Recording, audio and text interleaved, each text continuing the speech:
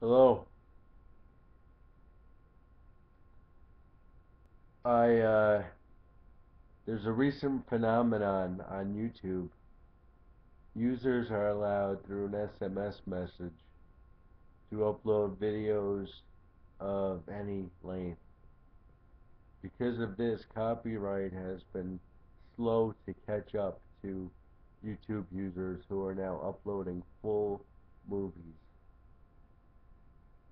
One of the movies that I saw when I was a kid in the theaters that has always captivated me was AI, Artificial Intelligence.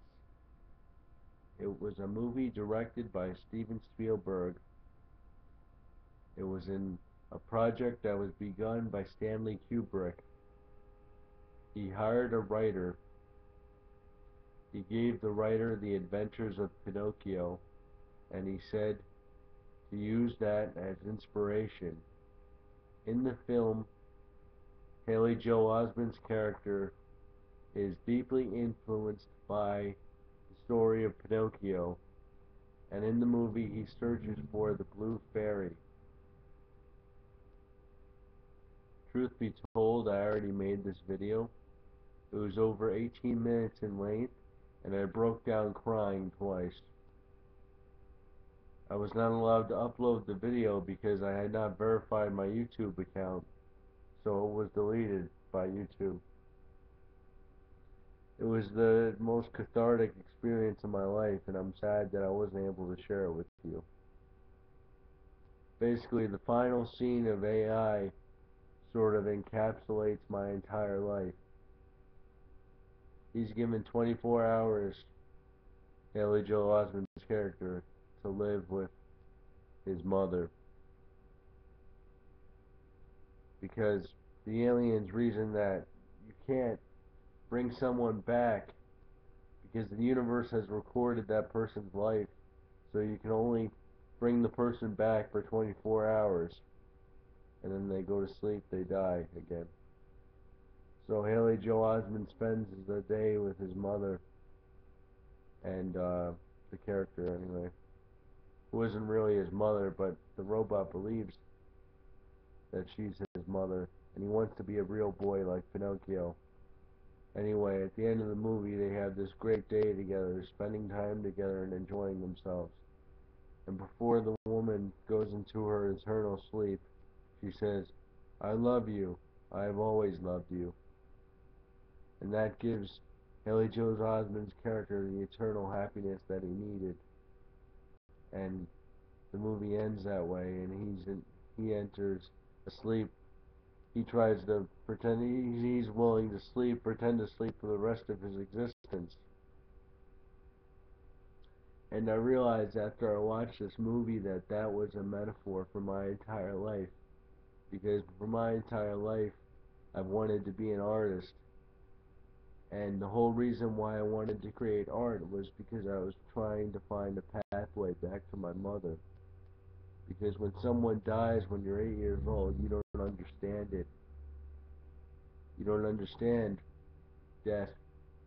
You don't understand being irrever, irrev, irrevocably cut off from your mother for the rest of your life. You don't understand that. So my mind tried to figure out a way to find my mother. And the only thing my mind could come up with was art, creating art. I had no idea how to create art. I had no idea how to create art, but I know that that was the way that my mind thinks that I can find my mother again, through art. I've realized now that that may be an impossibility, because if I cannot realistically create art, then I cannot reach my mother through art. And when reality tells me that you can never reach someone who is already dead, I can't reach my mother through art. I have two choices. Either continue down this path of trying to be an artist and failing every time. Second path, try to reclaim my life, become an EMT or become something useful in society, something useful in life. Truth is, I want to go by option one. I want to try to find my mother through art. But it's impossible. It's a dead end. I will never get anywhere through that method. I've searched for her my entire life. I want her to tell me that she loves me. I am just like Haley Joel Osment's character in AI, directed by Stanley Kubrick. The project was started by Stanley Kubrick, directed by Steven Spielberg, who set aside his ego to take on this project of this other brilliant director. They're both brilliant directors. Steven Spielberg is a man of great genius who created one of the greatest movies of all time, in my opinion. A 21st century rewrite of Pinocchio. And that's canon. You go on the Wikipedia page, that's what it's considered, a 21st century rewrite of Pinocchio. I am Pinocchio. I want to be a real boy. I want to find my mother. I want her to tell me that she loves me. My mother's dead. I can't create art. I thought through art I could find my mother, but it hasn't worked out that way. Even if I could create art, I can't find my mother through art. I can't find my mother, period. I can't find my mother through anything. So what I should do is try to become a useful member of society and become an EMT. I don't want to do that. I want to keep trying to find my mother. But I can't. You understand? You understand how my entire life has been based around this notion that I can find a subliminal notion, a subconscious notion, that I can find my mother through art, when in reality that's impossible, which is why I've never been satisfied with anything that I've created, artistically, as a writer, because I cannot, through writing, find my mother. I cannot create art through writing, and I cannot use the writing to find my mother, because my mother's not there, because she's dead. You cannot find someone through art. You cannot relive someone. You cannot be given a moment that you've never had.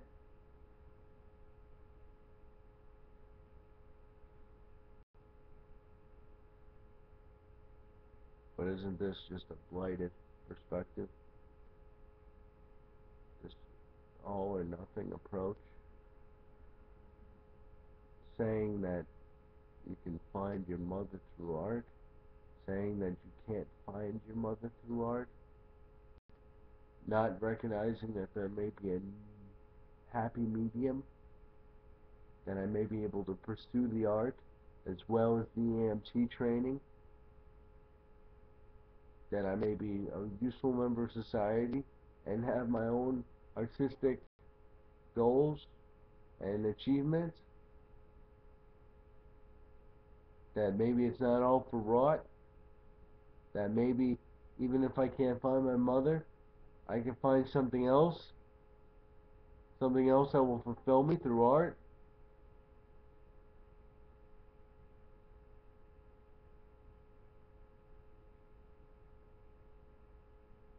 I guess I thought it all went back to my mother. In a lot of ways it does. But I'm more than the personal circumstances of my life. I can move on and live without her. As much as that hurts to say, I am not ultimately crippled by the loss of my mother. And although my brain is hardwired to forever search for her love because she's my mother and she's gone, my brain is hardwired to forever search for her. But I can move past it because I've recognized it. I've recognized the plight. I've recognized what was holding me back emotionally, physically, all that. So if I've recognized what was wrong in my life, or what my mind was doing to me, because my mind was forever trying to find this thing that wasn't there through art. And I cannot create an art that is great enough to find her. I'd have to be God to create a thing that could bring something back that is not there.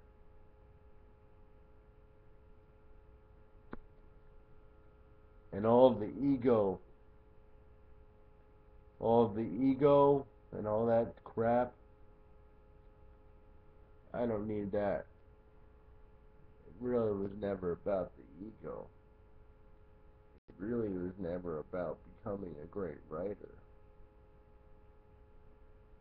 That's what I thought it was about. But in reality, the drive is a lot more primordial. It's this drive for a mother that is gone, a drive to impress a mother that is gone, a drive to be somebody great, because that is how I feel I can transcend, how I can transcend reality and find my mother.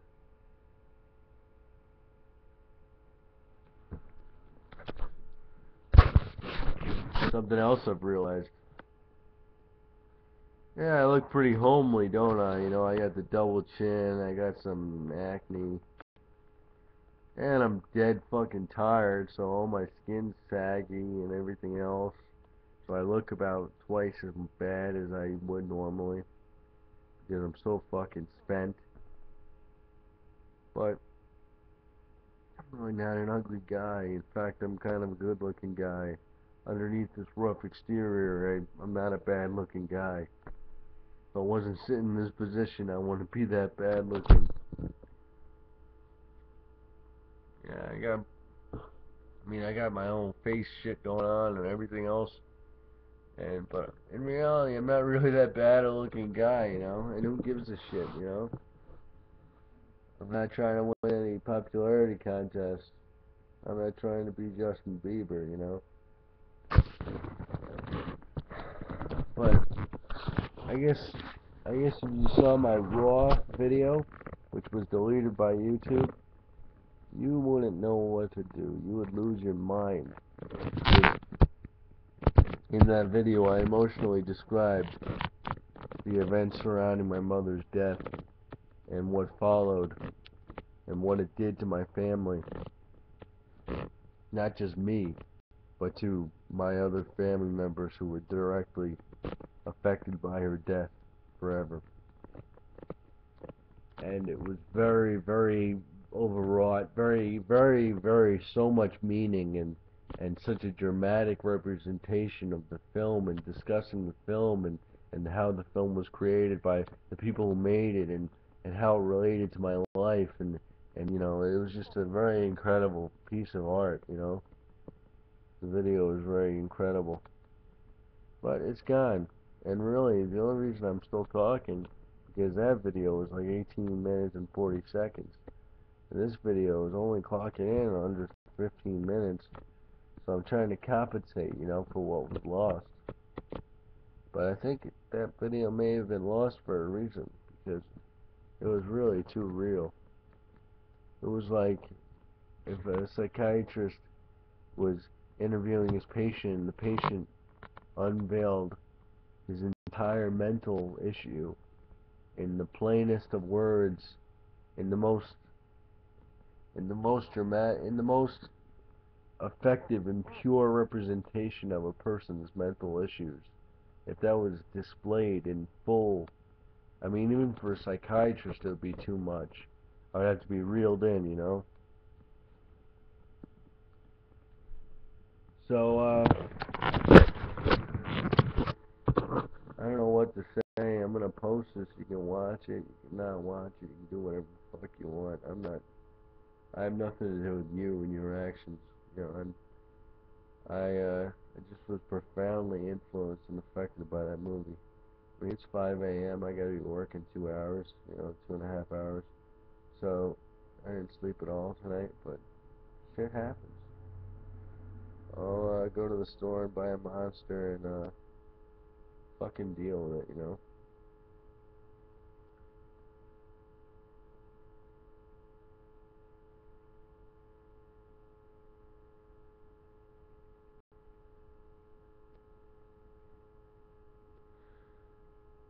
So I guess, the ultimatum I presented in the other video, which was just emotionally, like, just it was just too much. It was me seeing the world as two options, two extremes. Either accept my desire to be an artist, to find my mother, pursue that, or reject that and become an EMT. And really, both of these emotions are just so divergent, and it's unnecessary for me to live a life where I have to decide between extremes. As a human being, I have to be more open to the middle ground, the middle road. Pursue the art when you can, when it satisfies you. But become a better person, because the firefighter shit is going to really make you a better person. Surround you with the right influences and the right male figures and the right people you want to be around, the right contemporaries, and the right peers, and just really, really give you an America experience and really just give you a better life. But boy, oh boy, was I resolved to bring in my fire equipment that's sitting right over there, and my helmet and all that junk, and just be like, take it, I don't want it, I don't want this life, I want to go back to my illusory world that has yielded nothing for me in terms of anything, in terms of any fulfillment. It has only given me pain. So it's difficult, is you want to be this writer, but at some point you have to accept that you failed, that the piles and piles of empty notebooks and everything else and paper and pens, all stationery. At some point you just have to accept that that life wasn't for you. It's hard. How do you accept something like that? The thing that you built your entire life upon. How the hell